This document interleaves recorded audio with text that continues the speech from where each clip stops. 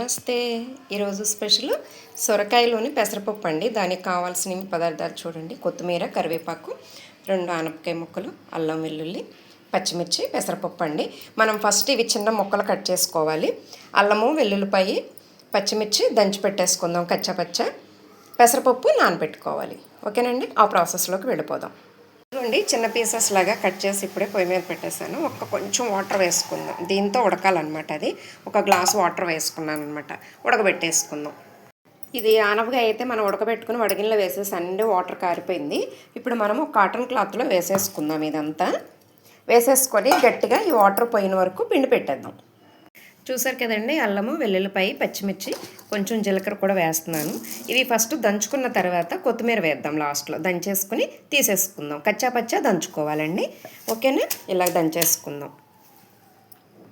చూసారు కదండి, అది అలాగే పిండేసి పెట్టుకున్నాను. పెసరపప్పు కడిగేసుకున్నాను. ఇదిగో పచ్చిమిర్చి పేస్ట్ దంచి పెట్టేసుకున్నానండి. ఆయిల్ పెట్టాము. ఇప్పుడు మీకు తక్కువ అనుకుంటే తక్కువ వేసుకోవచ్చండి. ఆయిల్ ఎక్కువ అనుకుంటే ఎక్కువ వేసుకోవచ్చు.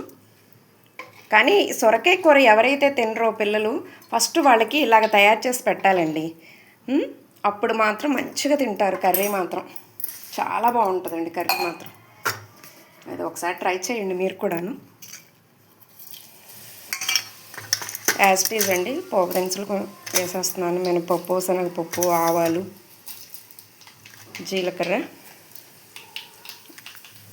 దీనిలో ఉల్లిపాయ కూడా వేసుకోవచ్చండి. పోపుకి కట్ చేసుకొని చిలికల్లాగా వేసుకోవచ్చు. బట్ నేను వేయలేదు. ఇప్పుడు మనము దంచి పెట్టుకున్నాం కదండి పేస్టు, అది వేసేద్దాం. వేసే ముందు కరివేపాకు వేసేద్దాం. చిట్టపట్టలు. ఇప్పుడు పేస్ట్, పచ్చిమిర్చి పేస్ట్. అవి ఎందుకు వేసానంటే పచ్చివాసన పోవాలి కదండి, అందుకని మనం ముందే వేసుకున్నాం అనమాట. అసలు ఈ కాంబినేషన్ అదిరిపోద్దండి కర్రీ మాత్రం.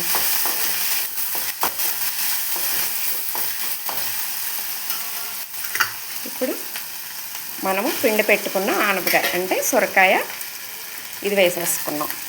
సాల్ట్ కూడా వేసుకున్నామండి. పసుపు వేసుకొని సాల్ట్ వేసేసుకొని కొంచెం సేపు మగ్గనిద్దాం. ఫస్ట్ మగ్గిన తర్వాత పెసరపప్పు కూడా వేసేద్దాం.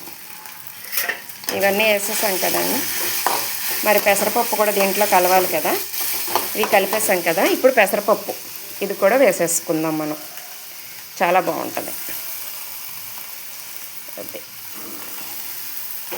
కొంచెం కలిపేసి సిమ్లో పెట్టేసి ఉప్పు, కారం వీటన్నిటికీ పట్టేలాగా కొంచెం సేపు మగ్గనిద్దామండి.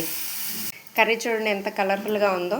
దీనికి కాంబినేషన్ అండి, పచ్చి కొబ్బరి తురుము వేసుకోవచ్చు, ఎండు కొబ్బరి పౌడర్ ఉంటే వేసుకోవచ్చు. నేనైతే నువ్వుల పౌడర్ వేసుకున్నాను. కొంచెం కొత్తిమీర వేసేస్తున్నాను. ఇంతేనండి, చాలా బాగుంటుందండి కర్రీ మాత్రం. ఇదైతే చపాతీ, పుల్కాల్లో కూడా తినేయచ్చు. ఇప్పుడు మనం ఒకసారి కలిపేసుకుందాము. ప్లస్ శనగపప్పు కూడానండి, మీకు డైరెక్ట్గా నానబెట్టింది వేయొద్దు అనుకుంటే ఒక పొంగు వచ్చిన వరకు ఒక ఉడుకు రానివ్వచ్చు. రానిచ్చేసి వేసుకుంటే ఇంకా బాగుంటుంది. మీకు అలా నచ్చితే అలా చేయండి. ఓకేనా అండి. కర్రీ అయితే రెడీ అయిపోయింది. స్టవ్ ఆఫ్ చేసుకుందాం. ఫైనల్గా కర్రీ అయితే రెడీ అయిపోయిందండి. నేను టేస్ట్ చేసి చెప్పేస్తాను. పొగలు వచ్చేస్తుంది. ఆ ఫ్లేవరే బాగుంటుందండి. ఏదైనా అల్లమును, పచ్చిమిర్చి, వెల్లుల్లిపాయ వేసి దంచిన ఫ్లేవరు ఎమ్మీ అండి. చాలా బాగుంది. ఒకసారి ట్రై చేయండి అండి. Once again thank you for watching అండి. కొత్తగా ఎవరైనా నా ఛానల్స్ చూస్తే ప్లీజ్ సబ్స్క్రైబ్ అండి. ఆల్రెడీ ఇప్పటి వరకు నాకు సబ్స్క్రైబ్ చేసుకున్న వాళ్ళందరికీ కూడా ధన్యవాదాలండి. నేను కనిపించినా కనిపించకపోయినా మీ మంచి మనసుతో నా ఛానల్ సబ్స్క్రైబ్ చేసుకున్నారండి. ఇంకా నేను 1000కి దగ్గరలో ఉన్నాను. ఇంకా సపోర్ట్ కావాలండి. మీ అందరి సపోర్ట్ కూడాను తప్పకుండా ఇస్తారని మనస్ఫూర్తిగా మిమ్మల్ని కోరుకుంటున్నానండి. థ్యాంక్ యూ ఫర్ వాచింగ్ అండి. Thank you so much.